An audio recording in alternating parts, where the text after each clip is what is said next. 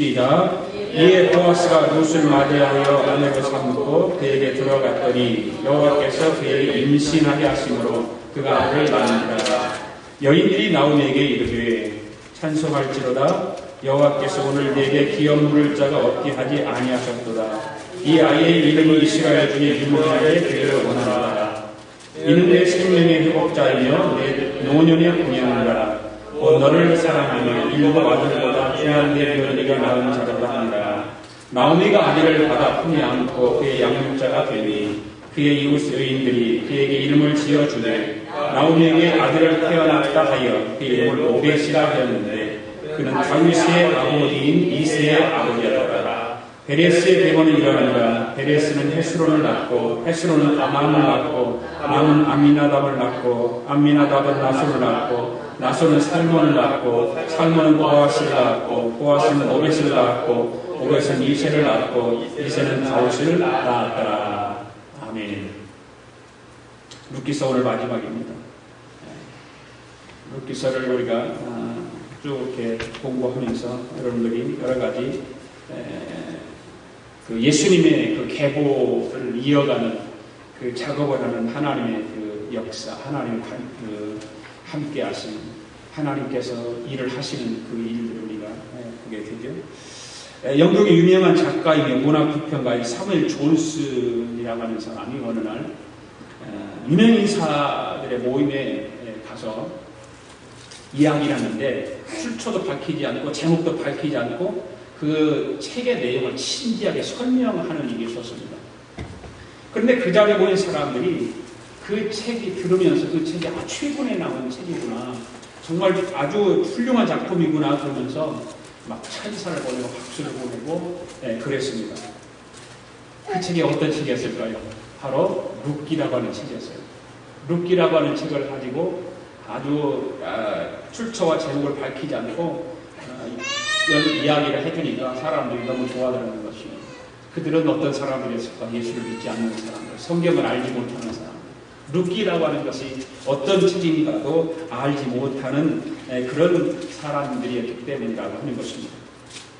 룻기서는 여러분들이 잘 알다시피 오늘의 아픔을 내일의 기쁨으로 바꾸는 하나님의 섭리를 보여주고 있는데, 슬픔을 변하여 기쁨과 즐거움과 그렇게 변하고 나중에 맨 마지막에 오늘 본문을 읽었지만 해피엔딩으로 끝나는 그런 내용의 말씀이 룻기서입니다. 지금까지 우리가 함께 살펴본 것처럼 룻기는 그 아비멜렉이라는 그 가족이 모압으로 이주를 가잖아요.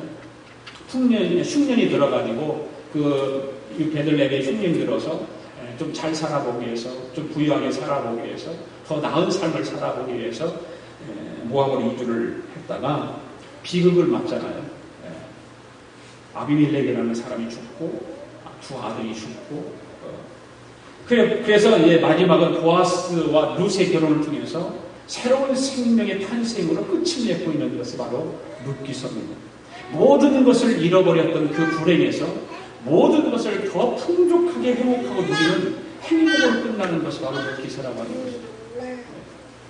그러나 룻기는 단순히 하나님을 떠나서 안식을 잃어버렸던 한 가정이 하나님 품으로 다시 돌아와서 회복하게 되는 그런 모습을 보여주기 위한 책은 아니에요. 그렇죠? 하나님을 떠나서 안식을 잃어버렸던 한 가정이 하나님 품으로 돌아와 안식을 회복하게 되는 그 과정을 통해서 이방 여인이라고 하는 이방 여인이라고 하는 룻이 메시아의 계보에 참여하게 되는 그런 하나님의 오묘한 섭리를 보여주는 책이라고 하는 것입니다. 우리가 룻기서를 읽으면서 그래서 룻기서가 중간에 딱 껴 있잖아요.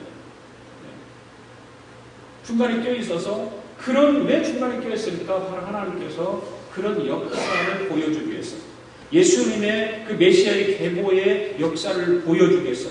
그래서 여러분이 잘 알다시피 마태복음 1장 1절부터 17절까지 기록되는 예수님의 족보를 살펴보면 그 구속사에 나타났던 혈통의 그 계보가 보면 순수한 이스라엘 백성 유대 민족에게서만 이어지지 않았다라고 하는 것을 알 수 있잖아요.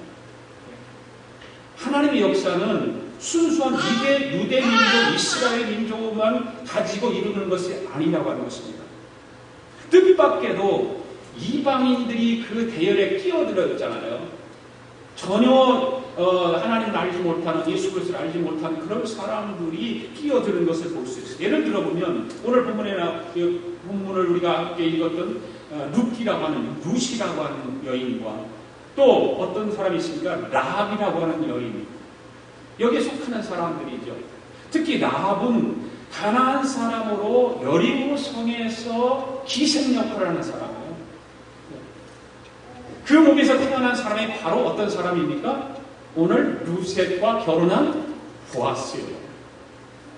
그러니까 보아스도 엄밀하게 따져보면 순수한 유대인이 아니죠. 어떤 데요? 효녀랍니다. 효녀. 그렇게 예수 그리스도의 계보는 유대 민족으로만 형성된 계보가 아니라고 하는 것을 우리는 알지요. 그리고 룻 역시 모압 사람으로 이방 여인입니다.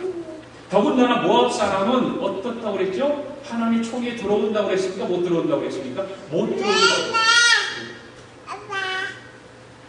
하나님께서 저주한 백성입니다. 그런데 보아스와 룻을 통해서 메시아가 탄생될 다윗의 혈통의 중요한 연결고리가 된다라고 하는 것이죠.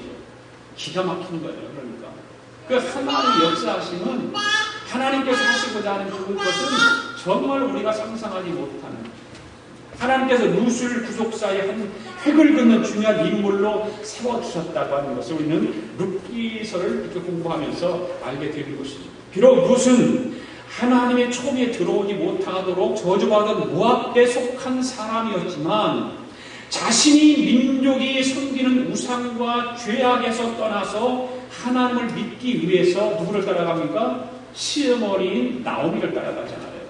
그래서 다시 베들레헴으로 시어머니를 따라서 온 여인입니다. 한마디로 룻은 하나님을 믿는 신앙을 택하기 위해서 자신의 민족과 자신의 고향과 자신의 부모와 자신의 모든 친척들까지 뒤로 하고 시어머니 나오미를 따라서 베들레헴으로 왔다는 것입니다. 하나님은 이런 룻에게 그래서 어떻게 하십니까? 은혜를 입혀주시잖아요.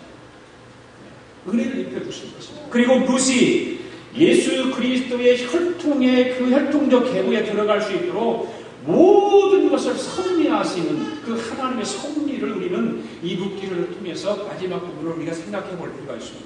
이런 점에서 본문의 보아스와 룻의 결혼은 하나님의 오묘한 섭리에 의해서 되어진 결과다. 아멘. 하나님의 오묘한 섭리에 의한 결과가 바로 오늘 마지막 룻기서의 결론입니다. 그렇습니다.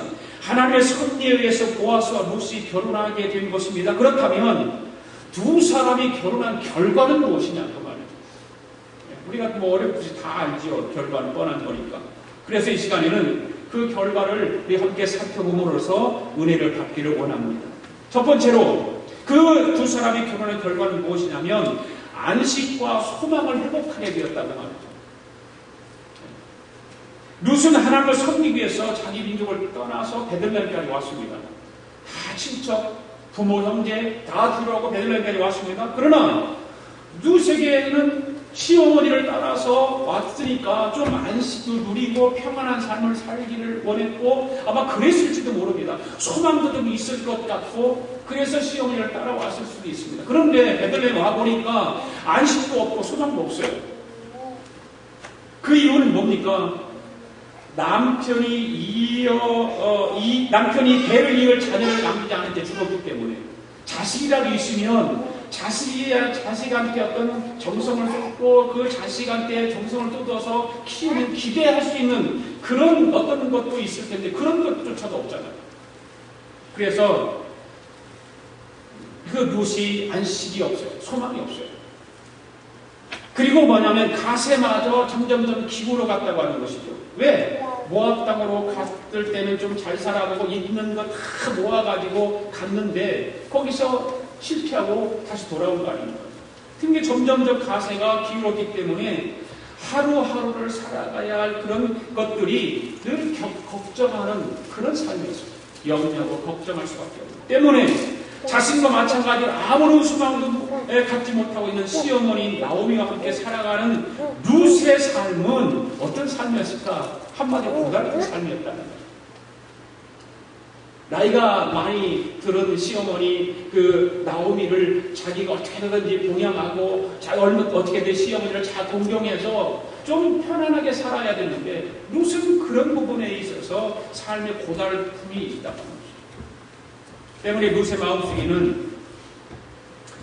마음속에는 그랬을 거예요. 시어머니 따라올 때 내가 그 아비멜렉의 그 나오미 집에 시집으로 왔을 때는 하나님을 이제 알게 되었고 하나님을 믿게 되었는데 그래도 룻의 마음속에는 하나님의 날개 아래 보호를 받으며 또 안식을 누리고자 하는 소원이 있었을 거예요. 어떻게든지. 그런 육체적으로는 세상적으로는 겉으로는 고통과 어떤 고달픔, 아픔이 있지만 자기 마음속에는 하나님을 의지하고 하나님 날개 아래 보호받으며 안식을 누리고자 하는 그런 마음이 있었을 것입니다. 그런데 어느 날 이 룻이 보리 이삭을 주기 위해서 밭으로 나가지 않습니까? 그래서 보아스를 만나서 보아스의 특별한 호의를 받으면서 함께 위로의 말을 듣고 그런 과정들을 경험하게 되잖아요. 그리고 보아스가 베풀어진 호의로 인해서 그 고달픈 삶으로 지쳐있던 룻에게 위로가 되는 그런 이제 일이 생기지 않습니까? 보아스의 호의를 위로의 말을 통해서 기쁨을 얻은 그 룻이 계속 보아스를 통해서 위로받기를 원하잖아요. 그래서 그 위로받기를 원했던 말씀이 바로 오늘 13절 한번 볼까요? 뭐라고 그러는가? 13절에 시작. 이에 보아스가 룻을 맞이해 아내로 삼고 그에게 들어가더니 여호와께서 그에게 임신하게 하심으로 그가 아들을 낳은지라. 그 소원했던 일들이 이제 이루어진 거예요. 두 사람이 결혼을 해서 이제 아내로 삼고 또 같이 잠을 자고 그러버리면서 이제 아이가 탄생하는 그런 일이 일어난 것입니다. 드디어 룻이 보아스와 결혼을 통해서 다시 그렇게 기대했던 안식, 그렇게 기대했던 어떤 좀 평안함 이런 것들이 이제 시작되는 것입니다. 그래서 새로운 소망을 가지게 되는 거예요.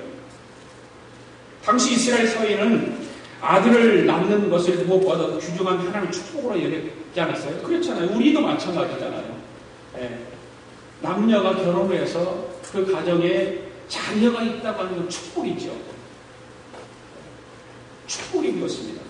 마찬가지로 이스라엘 사회에서도 더더군다나 아들을 낳는다고 하는 것은 귀중한 하나님의 축복으로 여겼습니다. 때문에 아들을 낳지 못하는 여자는 하나님의 저주를 받은 것으로 여겼다고 합니다. 이로 인해서 슬픔 가운데 살 수밖에 없었고 그런데 룻은 어떤 거예요? 기업 무르기를 할 때 참여했던 10명의 장로들과 백성들이 축복한 대로 아들을 낳았어요. 그 10명의 장로들이 다 그를 축복해줬고 또 많은 백성들이 축복해줬어요. 그런데 그대로 이루어진 것입니다. 이것은 룻으로 하여금 자신이 고난 중에도 정말 효성을 다하여 그 시어머니 나오미를 봉양하고 또 특별히 정성을 다해 헌신함으로 인해서 하나님의 복을 받을 여인임을 증명해 주었다고 하는 것이죠. 어떤 면에서 그래서 보아스가 그런 면에 더 좋아했을지도 모르죠. 그렇기 때문에 룻에게는 새로운 소망을 가지게 되는 근거가 생기게 되는 것입니다. 한마디로 보아스를 통해서 은혜를 그렇게 입기를 소원했던 그 룻이 그 소원대로 보아스를 통해서 진짜 은혜를 입었잖아요. 결혼을 하게 되고 아이를 낳게 되고 아이를 낳는데 아들을 낳았다는 말이죠. 이와 같이 보아스와 결혼을 통해서 안식과 소망을 회복한 룻의 모습은 어떤 모습일까? 죄인이 예수 그리스도를 통해서 안식과 소망을 회복하게 되는 것을 보여주는 예표적인 말씀인 거예요. 이 룻이 아까도 말씀드렸지만 이스라엘 백성이 아니에요. 유대 사람이 아니에요. 베들레헴 사람이 아니에요. 모압 족속이에요.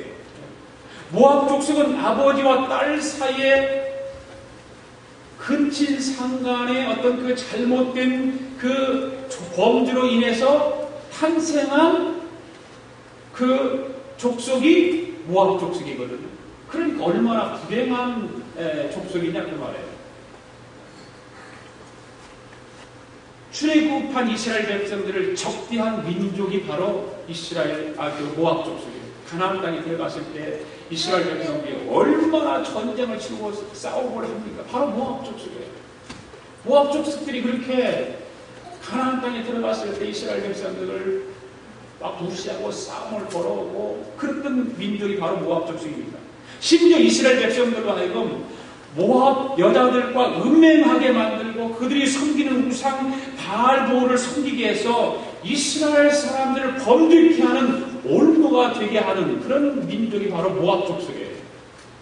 그렇게 모압 족속은 인정받지 못하고 그렇게 못된 그런 사람이었다고 하는 것입니다. 때문에 신명기 23장 3절에 보면 암몬 사람과 모압 사람은 여호와의 총에 들어오지 못하리니 그들에게 속한 자는 10대뿐이 아니라 영원히 여호와의 총에 들어오지 못하리라고 한 그 말씀을 근거로 인해서 모압 사람은 영원히 여호와의 총에 들어오지 못하도록 율법에 규정해 놓을 정도로 모압 사람들은 무지한 사람들이었다고 하는 것입니다.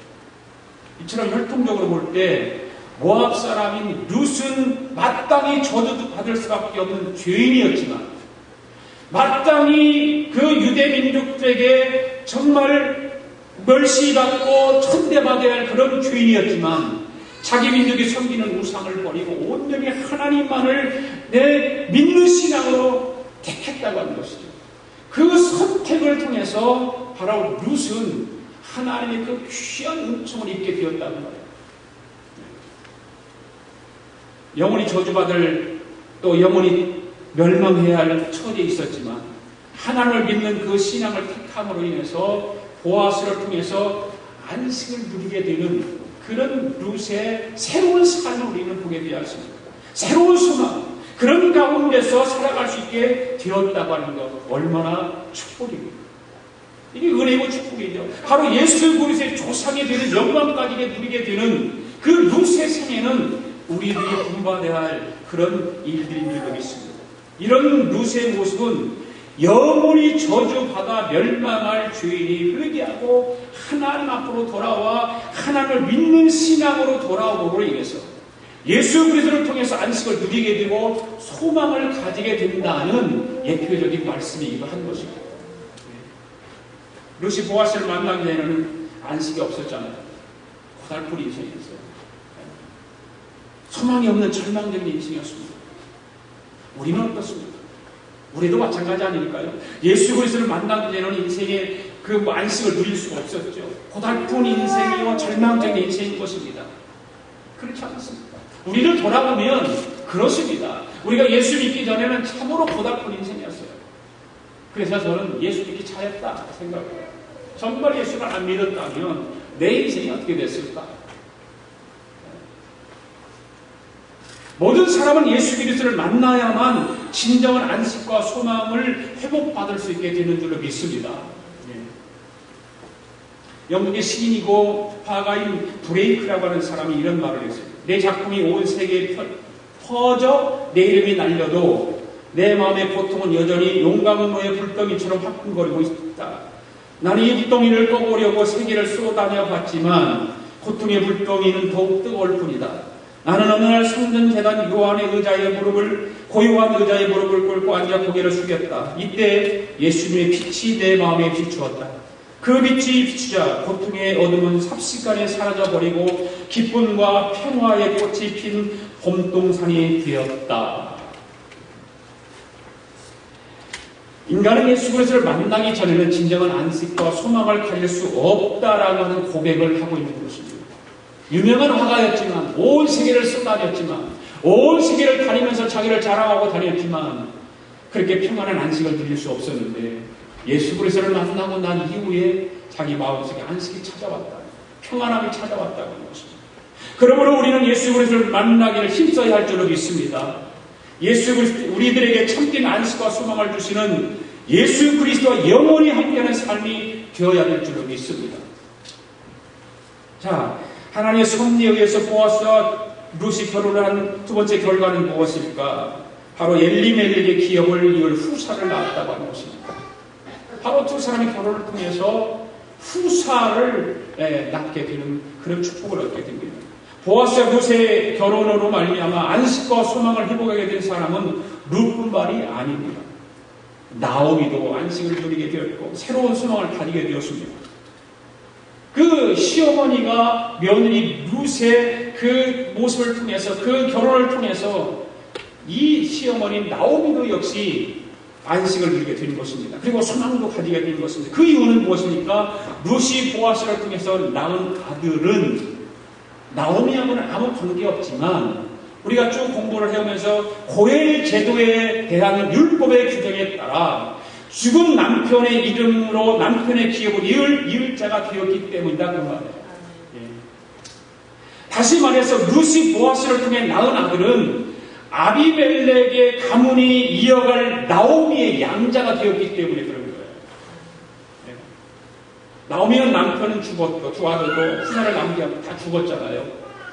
걱정이잖아요. 대를 이을 사람이 없으니까 얼마나 걱정이 많아요. 그렇기 때문에 가문의 대가 끊어질 위기를 맞이하고 있었는데 나오미의 마음은 항상 그래서 무겁고 답답할 수밖에 없는 거예요.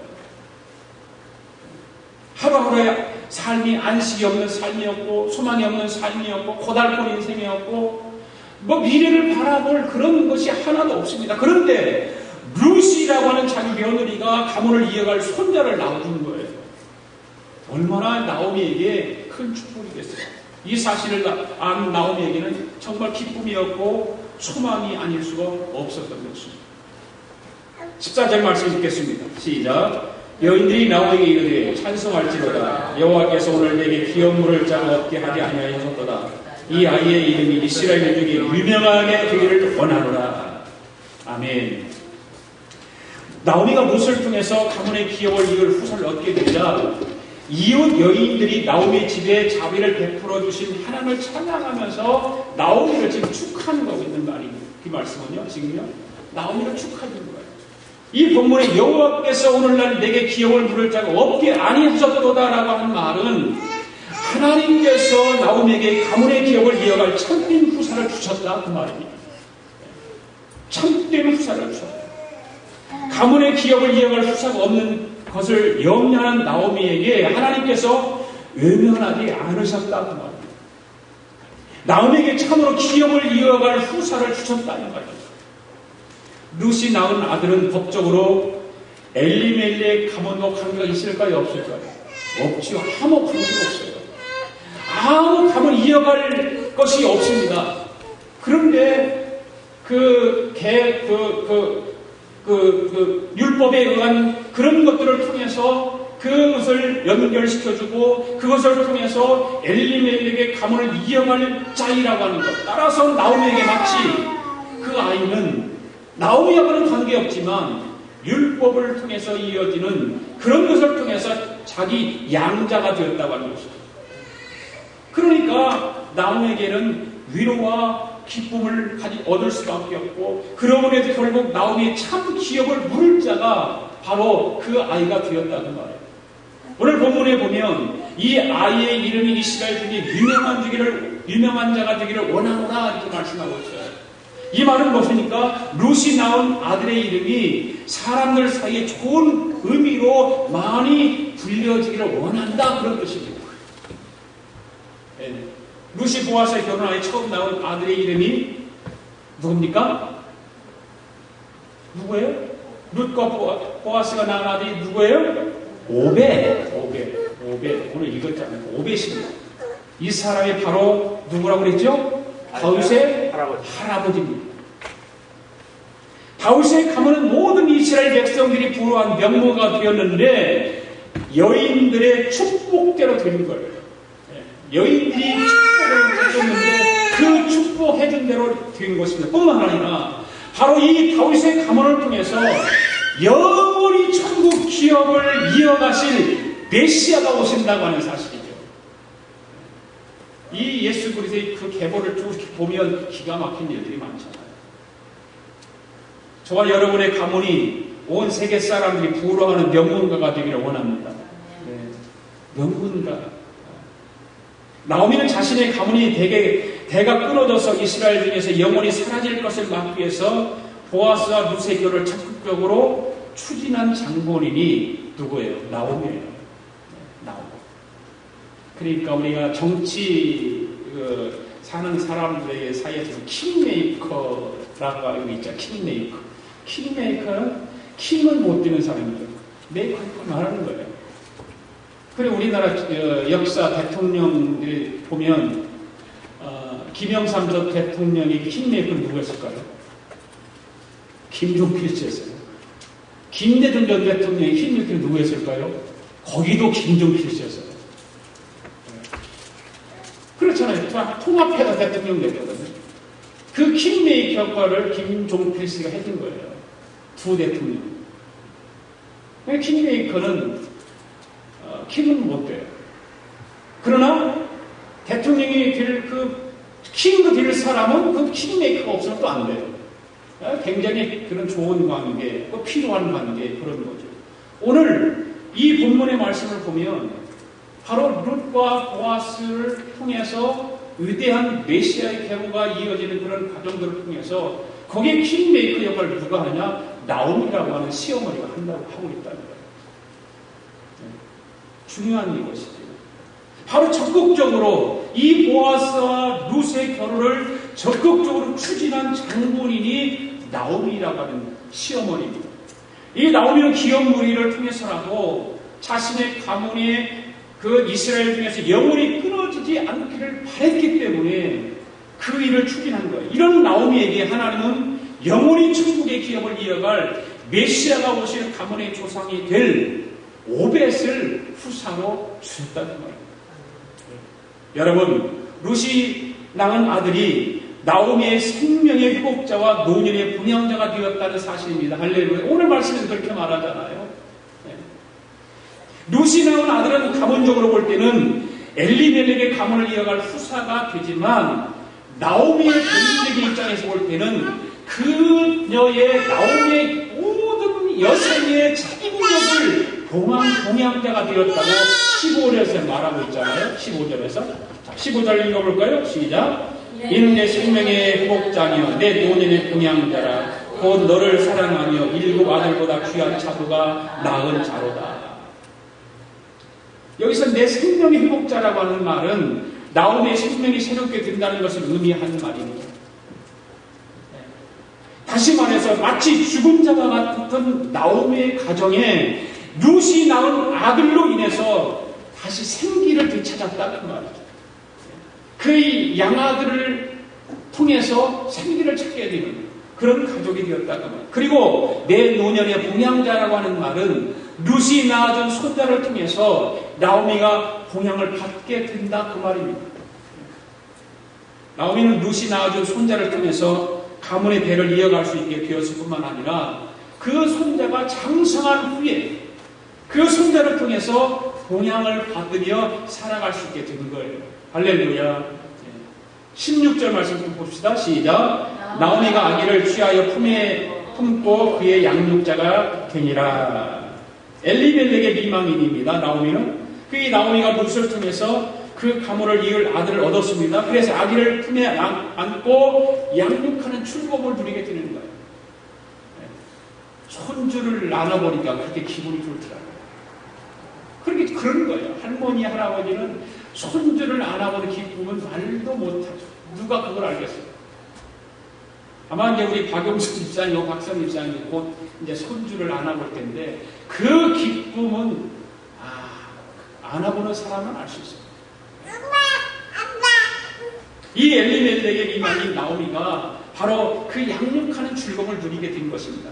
고난 중에도 하나님께 대한 신앙을 잃지 않았던 나오미가 룻이 낳은 아들로 인해서 그 손자를 양육하는 기쁨을 누리는 그 기쁨 얼마나 행복하겠습니까? 뿐만 아니라 노년에 봉양자를 얻는 기쁨도 얻게 됩니다. 그 손자가 이제 내 노년에 나를 봉양해 줄 것이다라고.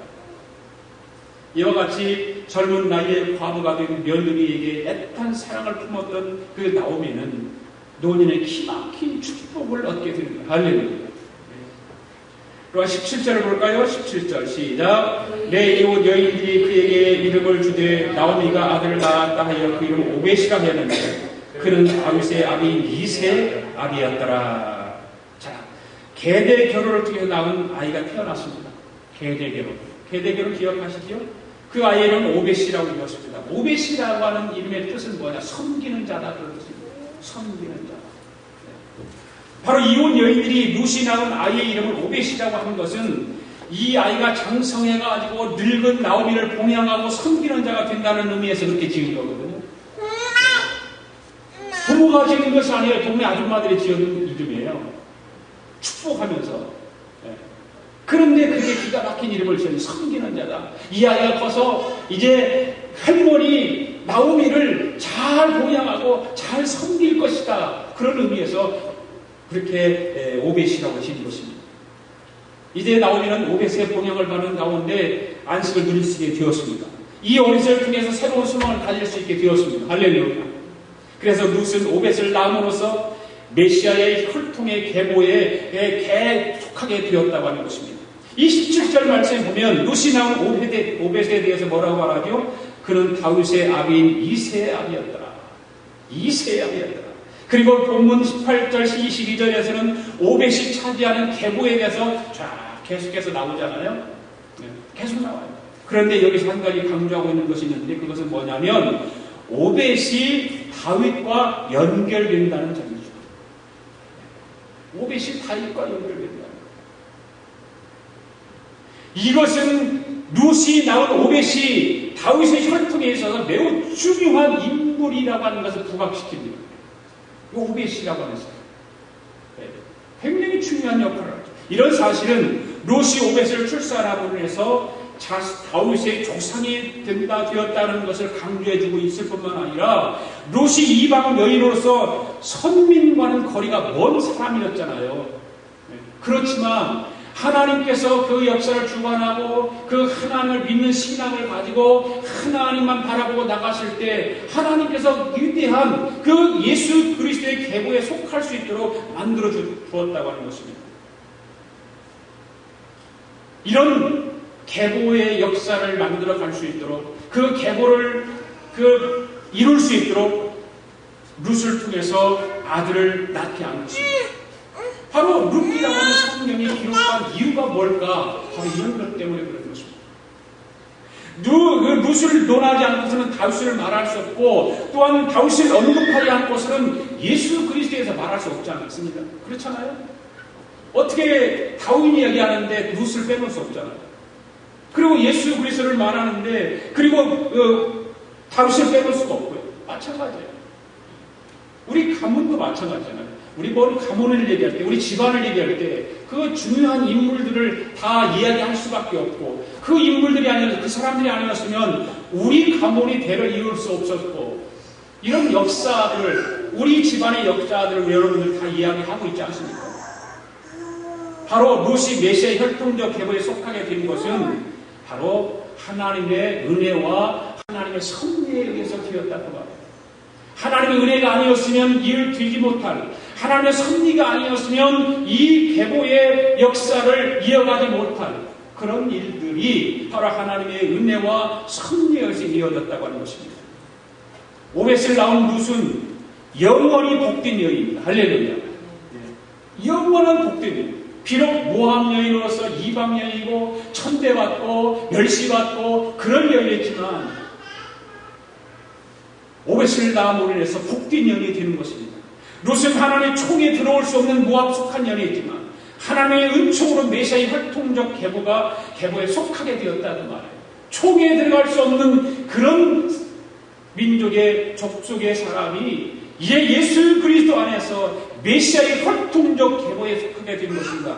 이것은 무엇일까요? 왜 그럴까요? 바로 하나님의 은혜입니다. 하나님의 섭리인 것입니다.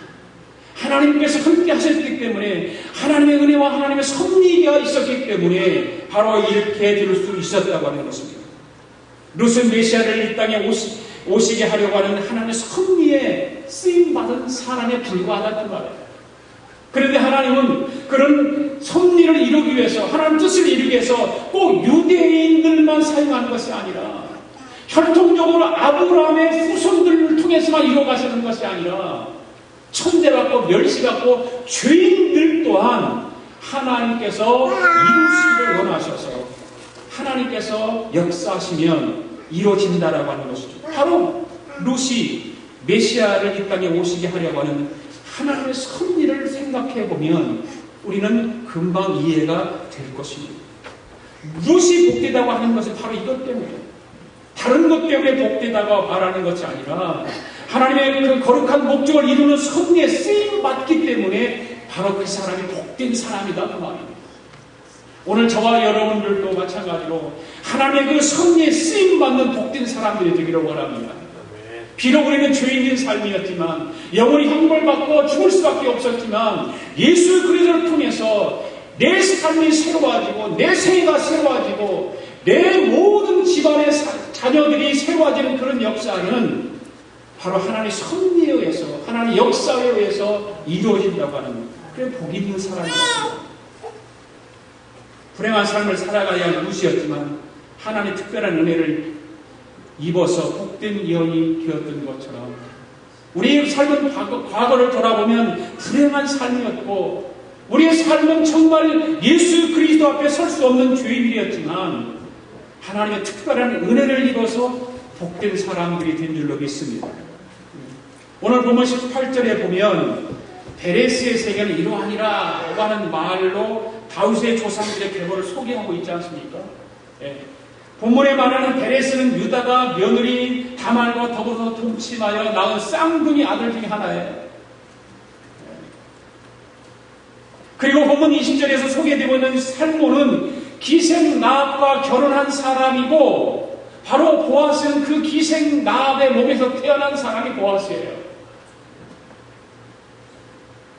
그리고 보아스와 결혼한 사람은 모압 여인 룻입니다. 뿐만 아니라 다윗의 아들 중에서 메시아 계보를 잇는 사람인 솔로몬은 다윗 왕의 충성스러운 신하였던 우리아의 아내인 밧세바가 낳은 아들이라고 하는 거예요. 여기서 우리는 메시아의 족보는 일반 사람들이 생각하는 것처럼 깨끗하고 흠이 없고 그런 사람들만으로 구성되어 있지 않다는 것입니다. 그러면 가장 거룩해야 할 예수님의 족보에 이런 허물과 죄 많은 사람들이 포함되어 있는 이유가 무엇일까요? 왜? 그 거룩한 예수님의 족보에 이 흠이 많고 죄가 많은 이방 사람들이 계보에 들어가 있습니까? 세상 사람들은 영웅이나 왕들은 자신의 가문을 어떻게 해서라도 화려하게 훌륭한 가문으로 만들어 가려고 애쓰고 몸부림치고 그렇게 하고 해가고 있습니다. 모든 세상 사람들은 그렇게 하려고 합니다. 자기 가문을 어떻게 하면 아름답게 좀 이름 있는 가문으로 서로 짝을 지어서 결혼을 하게 하고 짝을 맞게 하고 해서 그 가문을 아름답게 세워가려고 합니다. 그러나 예수님의 족보는 그렇지 않다는 거예요. 이처럼 하나님께서 허물과 죄가 많은 사람들까지도 예수님의 족보에 들어올 수 있도록 하신 데는 뜻이 있고 섭리가 있다는 것입니다. 분명한 하나님의 뜻이 있는 것이고 분명한 하나님의 섭리가 있었기에 그런 일이 가능한 겁니다. 인생은 누구나 죽을 수밖에 없는 죄인입니다. 사람들의 관점에서 볼 때는 죄가 많고 적고 차이가 있지만 하나님 편에서 볼 때는 인생은 똑같습니다. 모두 죽을 수밖에 없는 죄인입니다. 죄가 자그마치 있든지 죄가 많이 있든지 간에 하나님 편에서는 똑같은 죽을 수밖에 없는 죄인입니다. 때문에 예수님의 족보에 포함된 사람들은 자신들이 흠이 없거나 의로웠기 때문에 예수님의 족보에 포함된 것이 아니라 모두가 하나님의 은혜로 되어진 일이라는 사실이죠. 하나님의 섭리에 의해서 되어진 일이라는 것입니다. 죽을 수밖에 없는 죄인들이었지만 멸시받고 천대박을 수밖에 없는 그런 죄인들이었지만 하나님께서 그들에게 은혜를 베풀어 주셨기 때문에 회개한 사람들이 되었고 그 회개한 사람들을 통해서 하나님의 약속을 믿고 순종함으로 말미암아 그렇게 이루어지게 된 거라고 말이에요. 예수님의 족보에 들어가게 된 거라고 말이에요. 예수님의 족보에 이방 여인이나 죄 많은 사람들까지 포함된 것은 바로 이런 사실을 깨닫게 해주시기 위해서 우리에게 보여주는 거예요. 오늘 우리들이 구원받아 하나님께 쓰임받고 있는 것도 하나님의 은혜 때문인 것을 믿습니다. 하나님의 은혜 때문에 하나님의 섭리 때문에 바로 우리가 쓰임받고 있는 거예요. 오늘도 우리가 예배자리에 서게 된 거 마찬가지예요. 하나님의 섭리 때문에, 하나님의 은혜 때문에 우리는 하나님 앞에 쓰임받는 종들이 된 것입니다. 네가 구원받은 것은 내 자신의 의리 때문이 아니라 전적으로 하나님의 은혜와 섭리에 되어진 줄로 믿습니다. 바로 하나님의 그 거룩한 총회에 들어올 수 없는 룻에게 하나님께서 은혜를 베풀어 구원해 주시고 그 룻을 사용하여서 메시아의 조상이 될 다윗이 태어나게 하심으로 말미암아 메시아의 족보에 들어갈 수 있는 기회를 얻었다고 하십니다. 축복을 얻었다고 합니다. 마찬가지로 하나님의 영혼이 멸망받고 영혼이 버림받아 죽을 수밖에 없는 우리들에게 은혜를 베풀어 주심으로 우리는 구원받은 사람들입니다.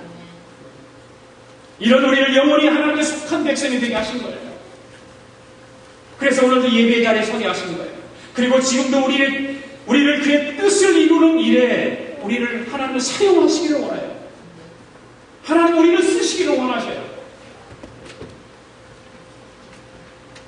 하나님께서 사용하시기를 원하고 우리를 쓰시기를 원하실 때 주여 나를 써주시옵소서. 주여 나를 사용하여 주시옵소서. 나를 하나님의 나라의 거룩한 백성으로 나를 사용하여 주시옵소서라고 우리는 하나님 앞에 기도해야 될 줄 믿습니다. 때문에 우리는 하나님 앞에서 우리의 의는 하나도 없습니다. 룻이 하나님의 은혜를 입기를 원했던 것처럼 우리 역시 하나님의 은혜를 입기를 위하여 겸손히 하나님께 간구하는 자세로 살아가야 될 줄을 믿습니다. 하나님께서 메시아의 족보의 죄인들도 포함되게 하셨다고 해서 하나님의 죄인들을 쓰신다는 것은 아니에요. 죄인을 그냥 쓰시는 하나님이 아니셔요. 비록 죄인이었지만 용서받지 못할 그런 엄청난 죄를 지었지만 용서받은 자를 쓰신다는 사실을 알아야 돼요. 우리는 하나님 앞에 회개하고 내 죄를 고백하고 하나님 앞에 용서받아야만이 우리는 하나님 앞에 쓰임받는다는 거예요.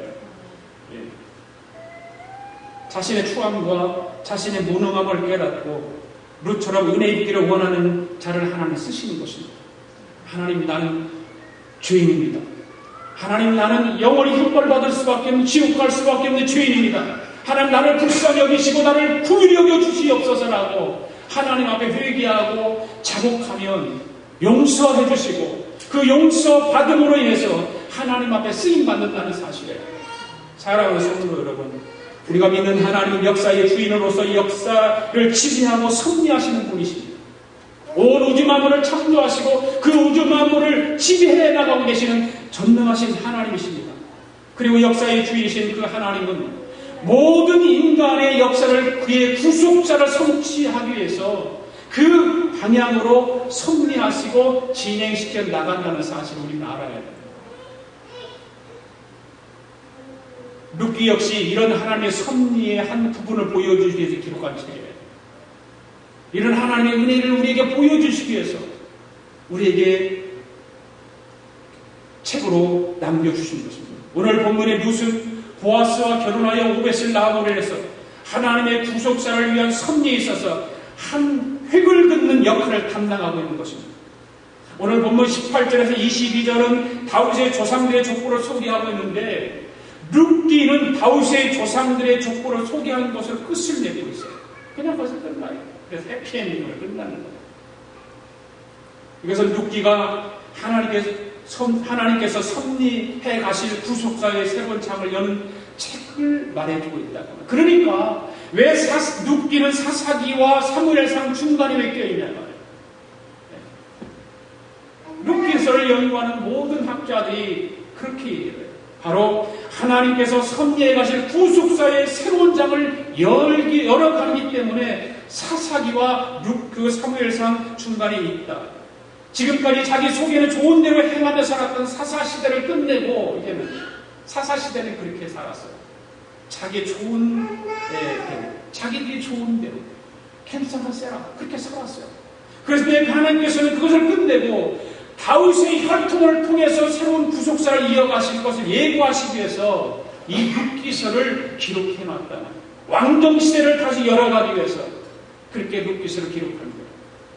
오늘 18절에서 베레스의 세계는 이러하니라고 하는 말로 시작해서 22절에는 뭐라고 말하고 있습니까? 이새는 다윗을 낳았더라. 그러니까 끝나는 거예요. 바로 그 끝맺는 것도 바로 이런 점에서요. 이런 점에서 룻기는 메시아의 가문의 중요한 부분을 차지하고 있는 다윗이 어떻게 태어나게 되었는지를 소개할 목적을 가지고 룻기서가 기록되었다는 사실을 우리는 알아야 합니다. 사실 룻기 4장에 나타난 한 가정의 이야기와 그 가정의 족보가 중요하다고 하는 것은 그 등장하는 인물들이 대단한 사람들이기 때문이 아니라고 하는 거예요. 그 인물들과 그들의 삶에서 가리키고 있는 것에 메시아와 연관되어 있기 때문이라고 하는 것입니다. 그것이 더 중요한 거예요. 다 그 사람들이 메시아와 연결되었다고 합니다. 다시 오실, 이 땅에 오실 그 메시아와 관계가 있다고 하는 것입니다. 그런데 이방 여인은 룻이 55뱃을 낳음으로써 그래서 이 중요한 족보의 한 부분을 차지하게 되지 않습니까? 그리고 이것은 전적으로 하나님의 은혜와 하나님의 섭리에서 되어진 일이라고 하는 것입니다. 그럼 현재 우리가 처한 여건은 어떠냐고 말해요. 우리가 현재 처한 여건들은 어떤 것인가? 우리는 하나님의 은혜에 있기를 원하고 있는가? 믿음으로 하나님을 바라보고 살아가고 있는가? 한번 우리의 삶을 생각해 보아야 될 줄로 믿습니다. 사랑하는 성도 여러분, 그러나 믿음만은 변치 않기를 원합니다. 여러분이 가지고 있는 그 하나님께 주신 그 믿음이 변치 않기를 원해요. 어떤 열악한 환경이 처한다 할지라도 여러분의 삶을 통해서 역사하시는 하나님이 있지 않기를 원합니다. 하나님 지금도 저와 여러분들의 믿음과 신앙을 통해서 하나님의 그 섭리를 이루어 가셨다는 사실을 기억하시기를 바랍니다. 우리의 믿음과 신앙이 우리의 인생과 방향을 형태를 바꿔놓는다는 사실을 우리 믿지 말아야 해요. 우리의 신앙과 우리의 믿음, 여러분들이 가지고 있는 여러분들의 신앙이 여러분들의 그 인생의 방향과 인생의 형태를 바꿔놓는 거예요. 하나님 우리의 믿음을 통해서 그의 뜻을 이루어 가십니다. 할렐루야. 하나님은 그렇게 이루어 가십니다. 룻기서에 나타난 하나님의 오묘한 섭리가 오늘 우리들의 믿음을 통하여서 현재의 삶 속에서 생생하게 지금도 재현되고 있다는 사실이에요. 룻의 하나님은 오늘 우리들의 하나님이신다는 사실을 잊지 말고 겸손히 하나님께 은혜의 입기를 구하는 가운데 이 한 주간도 믿음으로 살아가는 저와 여러분 되기를 주님의 이름으로 축복합니다. 기도하겠습니다. 고마우신 하나님 아버지 감사합니다. 오늘도 귀하신 하나님의 말씀을 전하고 듣게 하심을 감사합니다. 오늘 들은 말씀을 우리의 마음속에 잘 간직하고 기억할 수 있도록 성령님께서 인도해 주시기를 원합니다. 우리 인생에 하나님의 은혜를 잊기를 원합니다. 그리고 하나님의 은혜를 바라보기를 원합니다. 그러면서 우리의 환경이 어떻게 변한다 할지라도 우리의 믿음만은 변하지 않도록 다시 한번 주여 은혜를 베풀어 주시옵소서. 감사드리며 예수님의 이름으로 기도하옵나이다. 아멘. 우리 다 일어나셔서 멈출 수 없는 사랑 주소서, 끊을 수 없는 사랑 주소서 찬양하겠습니다. 멈출 수 없는 사랑 주소서, 끊을 수 없는 사랑 주소서. 십자가에 달린 주님 계시니 그 누가 이 사랑 끊으리.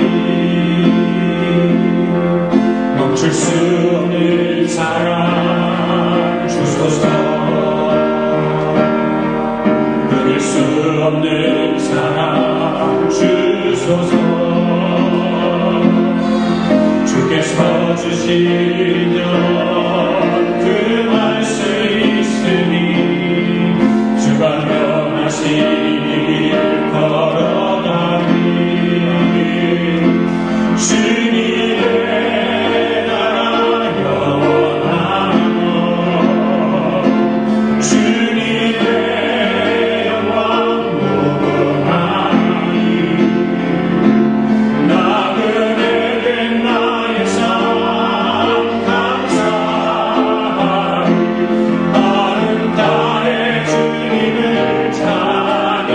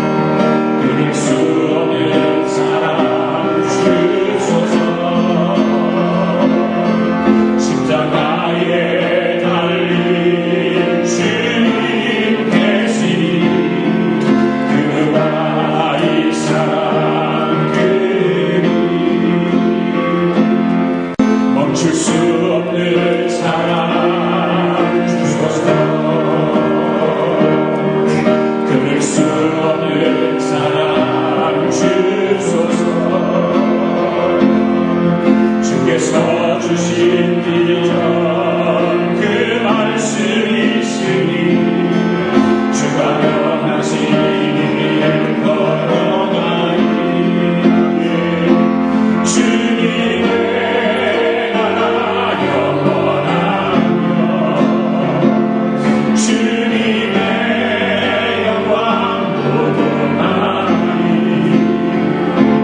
나그네 된 나의 삶 감사하리 마음 다해 주님을 찬양해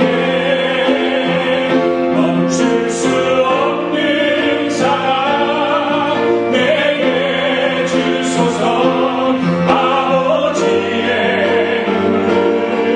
그 사랑을 끊을 수 없는 사랑 내게 주소서 아버지의 달린 죄사랑 없는 사랑 내게 주소서 아버지의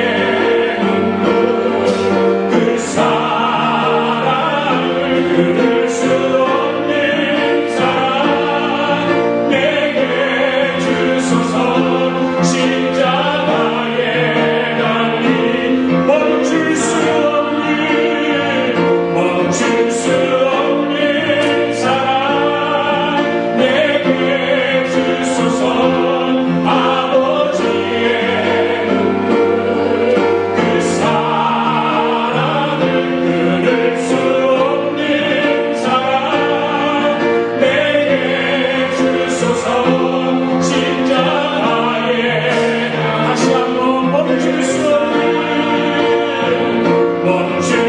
없는 사랑 내게 주소서 아버지의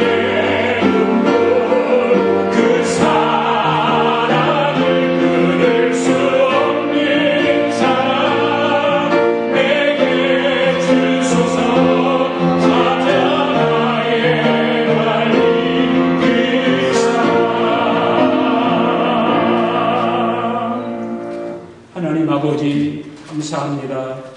오늘도 주의 전에 나오면서 하나님 앞에 귀한 예물을 구별하여 복원에 올리게 하심을 감사합니다. 하나님 아버지 이 한 주간도 하나님께서 성도들의 삶을 축복하시고 인도해 주셔서 바로 하나님 앞에 정성을 다하여 11조 예물과 감사 예물과 선교 예물과 일천번제 예물을 드리게 하시고 마음의 소원을 물질에 담아 드릴 수 있는 은혜를 베풀어 주심을 감사합니다. 하나님 아버지 주께서 기뻐 받으시고 주께서 약속하신 축복을 허락하여 주시옵소서. 이 땅의 기름진 복으로 참으로 하늘의 신령한 복으로 채워주셔서 참으로 하나님의 은혜를 사모하며 하나님의 섭리를 깨달으며 살아가는 믿음의 우리 모두가 되도록 축복하여 주시옵소서. 하나님 앞에 드려진 예물을 통해서 아버지는 하나님의 나라가 이루어지게 하시고 하나님의 선교의 꿈이 이루어지는 그런 복된 예물이 되도록 은총을 베풀어 주시옵소서. 성도의 가정, 직장, 아버지의 경영하는 모든 일들이 하나님 앞 주 안에서 형통하게 하여 주시옵시고 아버지는 시험든 자들이 없게 하시고 병든 자들이 없게 하시고 어려움 당한 자들이 없도록 하나님께서 축복하시고 인도하여 주시옵소서. 이 한 주간도 그래서 승리하며 살아가게 하시고 이 한 주간도 말씀 붙들고 아버지 앞에 영광 돌리며 살아가는 복된 우리 모두가 되도록 축복하여 주시옵소서. 지금은 우리 주 예수 그리스도의 은혜와 하나님 아버지의 극진하신 사랑과 성령님의 감동감화 충만하신 역사가 오늘도 하나님의 섭리와 하나님의 은혜 속에서 살아가기로 다짐하고 돌아가는 사랑하는 성도들 머리머리 우애와 성도들의 가정과 직장과 경영하는 기업 우애와 우리가 살고 있는 이 미합 중국과 하나밖에 없는 우리 조국 우애와 주의 이름으로 모이는 교회 우애 지금으로부터 영원토록 함께 하시기를 예수님의 이름으로 축원하옵나이다. 아멘.